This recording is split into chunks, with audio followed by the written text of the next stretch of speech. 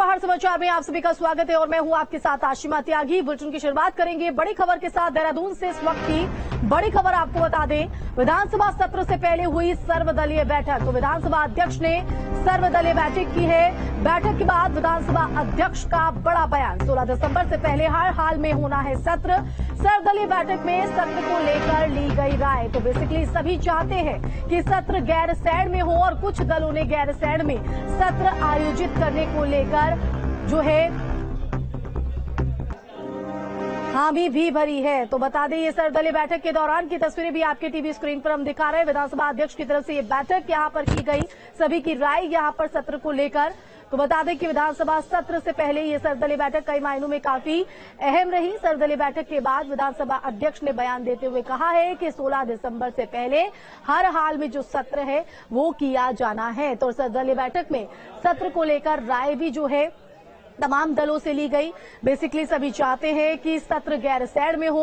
कुछ दलों ने गैरसैंण में सत्र आयोजित करने को लेकर हामी भी भरी है। तो आपको बता दें कि एक बार फिर से सत्र को गैरसैंण में किए जाने को लेकर जो मुद्दा है वो गरमाता हुआ नजर आ रहा है और कांग्रेस ने एक बार फिर से अपना विरोध यहां पर दर्ज कराया है कि प्रदेश की जनता को इस बात का इंतजार है, फिर ये इंतजार खत्म क्यों नहीं हो रहा।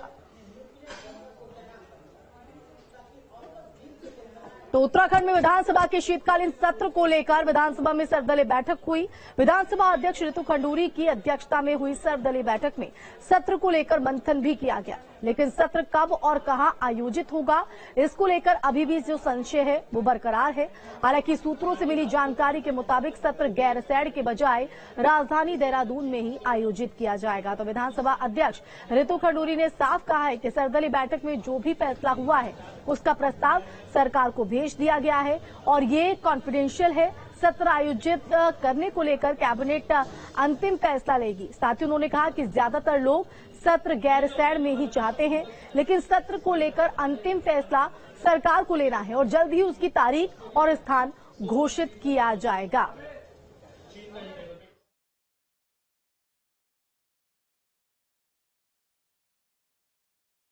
बेसिकली देखिए, गैरसैंण में सत्र सभी चाहते हैं, ऐसा नहीं है कि नहीं, सभी लोग गैरसैंण भी चाहते हैं। तो अब जिस तरह का मन बनेगा, सरकार का जो निर्णय होगा, वो हम अपना सुझाव जो हम लोगों ने वहां पे जो जिस तरह की बातचीत हुई है वो सरकार तक हम लोगों ने बता दी। और यहाँ पर मेरा कहना सही नहीं होगा कि अंदर किस तरह का डिस्कशन हुआ, क्योंकि वो सरकार का प्रेरोगेटिव है, मेरा नहीं है। तो इसलिए बात हुई है। अब क्या बात हुई आपको जल्द पता।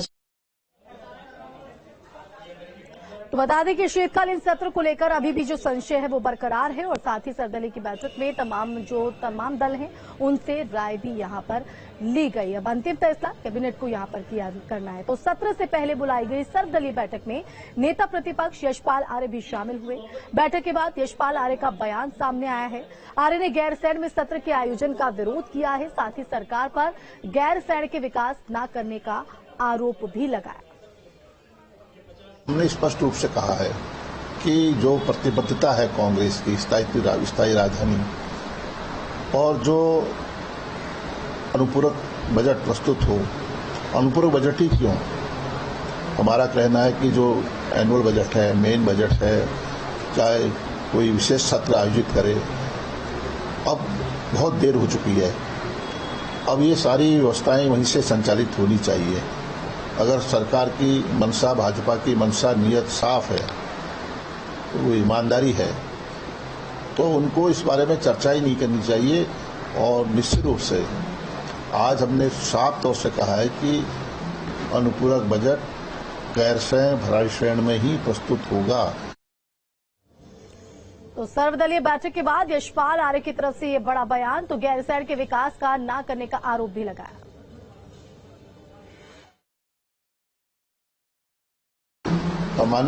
तत्कालीन माननीय मुख्यमंत्री जी ने भी कहा था, विधानसभा के पटल पे कहा था, सदन में कहा था, तत्कालीन माननीय मुख्यमंत्री त्रिवेंद्र सिंह रावत जी ने कहा था कि आने वाले वर्षों में उन्होंने एक समय सीमा निर्धारित की थी कि 25,000 करोड़ रुपए का व्यय खर्च हम राजधानी के लिए खर्च करेंगे।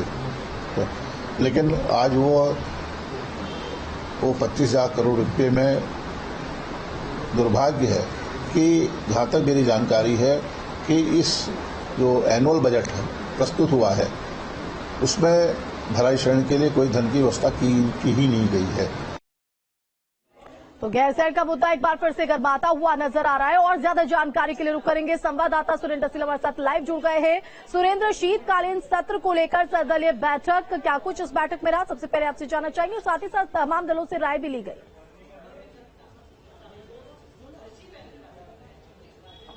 देखिए, बिल्कुल शीतकालीन सत्र को लेकर सर्वदलीय बैठक स्पीकर ने आहूत की थी और इसमें नेता प्रतिपक्ष ने ये कहा है कि क्योंकि सप्लीमेंट्री बजट आना है, मार्च 31, 2023 तक के लिए आपको बजट की व्यवस्था करनी है। जो पैसा आप लाए थे वो लगभग खत्म हो चुका है, तो इसलिए इस सत्र को गैरसैंण में होना चाहिए और जब पूर्ण बजट आप वहां कर रहे हैं तो सप्लीमेंट्री बजट भी वहीं होना चाहिए।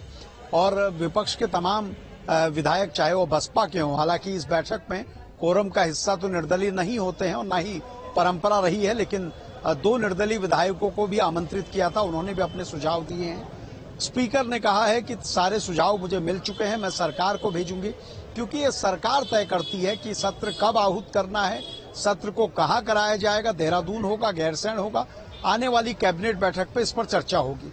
दूसरी बड़ी बात यह है कि विपक्ष ने सीधे तौर पे सरकार को कहा है कि जो हमारा फुल बजट आया था वो इस बार विधानसभा चुनाव के चलते देरी से आया था, तो इसलिए वो देहरादून में हुआ था और तब यात्रा भी थी, आप इसलिए आयोजित नहीं कर पाए, लेकिन अब आपको गैरसैंण में ही सत्र आयोजित करना होगा।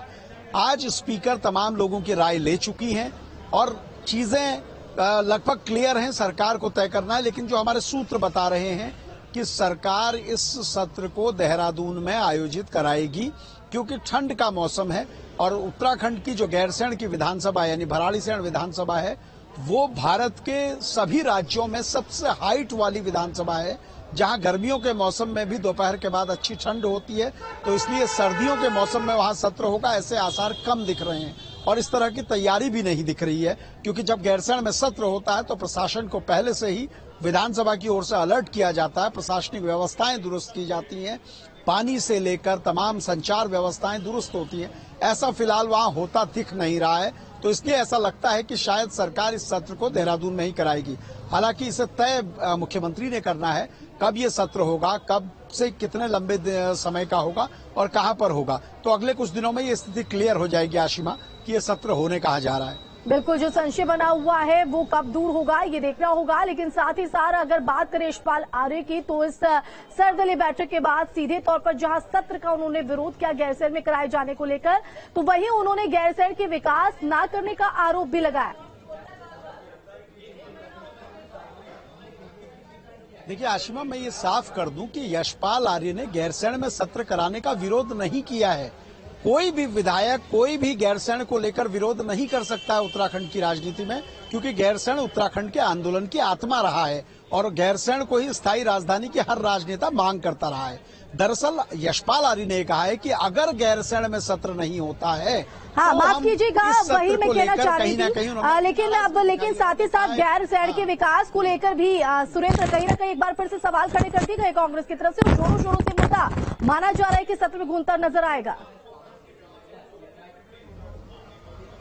देखिए, बिल्कुल गैरसैंण को लेकर यशपाल आर्य ने कहा है सप्लीमेंट्री बजट आप ला रहे हैं तो आपको गैरसैंण ही सत्र करना चाहिए, क्योंकि आप पहले सत्र नहीं कर पाए।